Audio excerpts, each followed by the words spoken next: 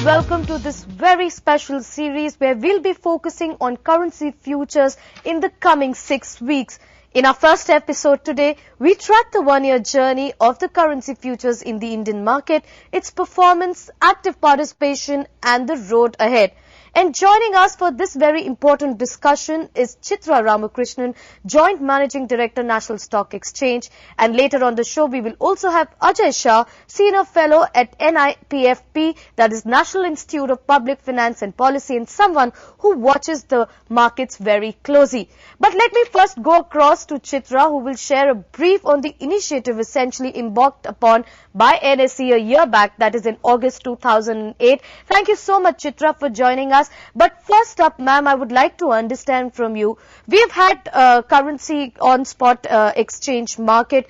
Where did you see the need for currency futures really coming from? What really triggered this launch that you did about a year back? The spot market serves a particular need and the derivative market really subserves a different need. As you will be aware, the forwards market was also present and is quite an active market in currencies. However, if you look at really the forwards market today, the biggest players are really the banks and everyone else can access this market through the banks. When we look at providing the currency derivatives on the exchange, it's really about widening the access for the people to access this particular product. Earlier, authorized dealers through the banks were the only channels through which people could, for example, take a derivative on a dollar rupee. Today, when you provide it on an exchange platform, the points of presence, the people who are there to intermediate in this market are many more. This automatically widens the reach for, let us say, a small, medium enterprise, a high net worth individual, people with differing currency needs to be able to access this market to hedge their risks. So that really, I believe, would be the backdrop from which RBI and SEBI looked at introducing this product on exchanges. But ma'am, with already 1 year into it, how has the journey been so far for you in terms of volumes, participation, if you were to give us a perspective on that? Sure. I think this has been one of the most interesting 12 months when I look back on, in terms of a product growth.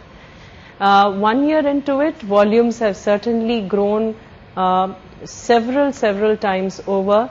I think we looked at volumes of just about 50 million in the beginning of this journey.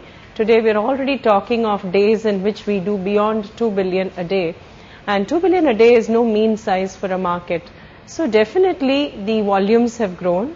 Interestingly, the bid-ask spreads have become much tighter, really bringing in a lot more efficiency and liquidity into this market.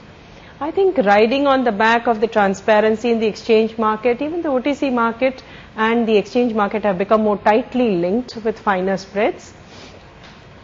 But at the end of the day, if you see, yes, volumes have grown, but the number of participants, I believe, can be many times more than what it is today. Today we're looking at banks, large corporates, brokers and some individuals in this market.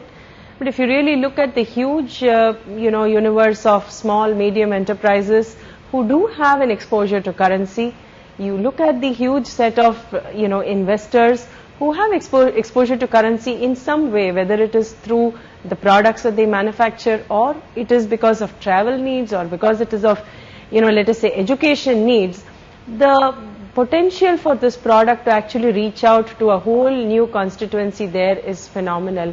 But clearly there is a room for more awareness to come in with regard to this product. What really are you, looking at or planning to embark upon in terms of to address this concern? Education and awareness is something which is a fulcrum to any product development. And in a new product like currency, which is new on a stock exchange, the efforts that we have to do will be manifold and will be for a much longer period of time. Just to give you an example, last year we did training at several levels. We did training programs for brokers, we did training programs for broker dealers, we did training programs for bank staff, we did training programs for several corporates. We did close to about 300 road shows for small and medium enterprises and the like over last year, which means every single day we were doing a road show in some part of India or the other. And this journey has just begun, and I think we will continue to do with the same momentum, if not more, to reach out to people where they are located. So we will reach out to clusters of SMEs, we will reach out to corporates, we will reach out to different businesses, we will reach out to retail investors to make them aware of the product and to make them understand how they can benefit from the product that is now available on the exchange. Ma'am, what really has been your vision or expectation when you see how it started off, and how would you rate it vis-a-vis the performance that we are seeing it at this point in time?